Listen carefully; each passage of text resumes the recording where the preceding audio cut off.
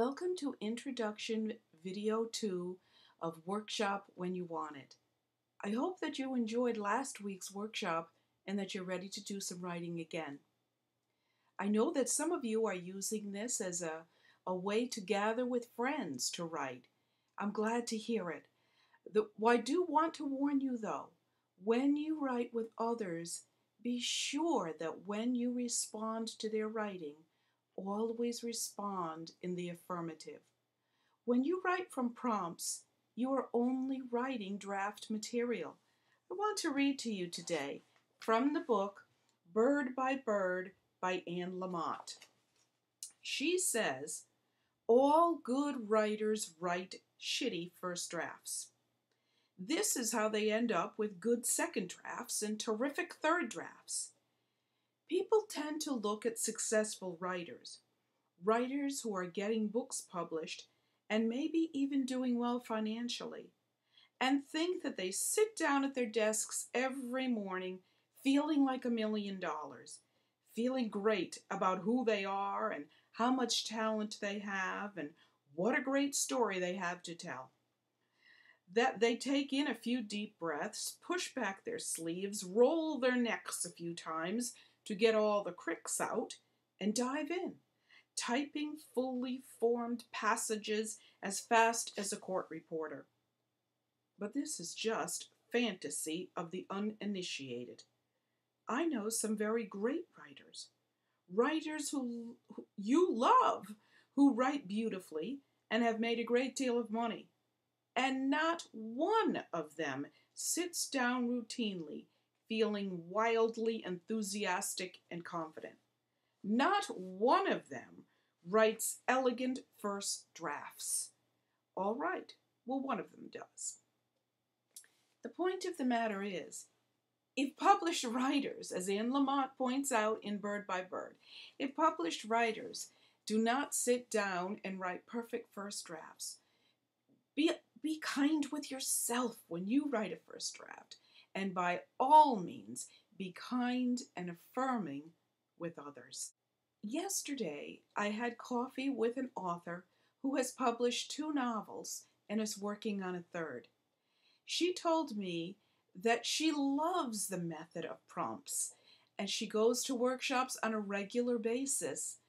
And when the moderator gives a prompt, she thinks in her head, how can I use this prompt for what I am currently working on? That's a wonderful way to use prompts. If you are working on a longer piece, on a novel, for instance, or on a story that is long, see how you can use the prompts that I provide today in that longer piece.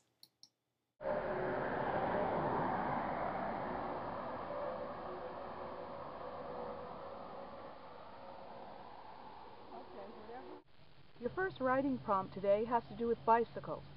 You can write memoir about a time you had a bicycle. You can write fiction. Describe the bicycle. Is it a men's bike, a woman's bike? What color is it? How many speeds? And of course, if it's a story, something has to happen to the writer.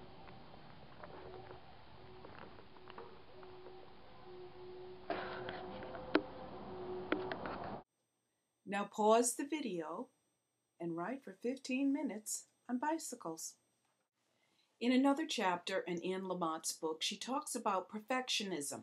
I'll read to you part of that. Perfectionism is the voice of the oppressor, the enemy of the people. It will keep you cramped and insane your whole life. Perfectionism will ruin your writing, blocking inventiveness and playfulness and life force. Perfectionism means that you try desperately not to leave so much mess to clean up. But clutter and mess show us that life is being lived. Clutter is wonderfully fertile ground. You can still discover new treasures under all those piles, clean things up, edit things up, fix things up. Get a grip. Tidiness suggests that something is as good as it's going to get. Tidiness makes me think of held breath, of suspended animation, while writing needs to breathe and move. If you want to write, You probably won't be able to get very far if you don't start trying to get over your perfectionism. You set out to tell a story of some sort, to tell the truth as you feel it, because something is calling you to do so. It calls you like the beckoning finger of smoke in cartoons that rises off the pie cooling on the windowsill, slides under doors and into mouse holes or into the nostrils of the sleeping man or woman in the easy chair. Then the aromatic smoke crooks its finger, and the mouse or the man or the woman rises and follows, nose in the air. But some days the smoke is faint, and you just have to follow it as best you can, sniffing away. Still, even on those days, you might notice how great perseverance feels. And the next day, the scent may seem stronger, or it may be just that you are developing a quiet doggedness. This is priceless. Perfectionism, on the other hand, will drive you mad. Don't try to be perfect in your writing. Let it flow when we are doing writing prompts.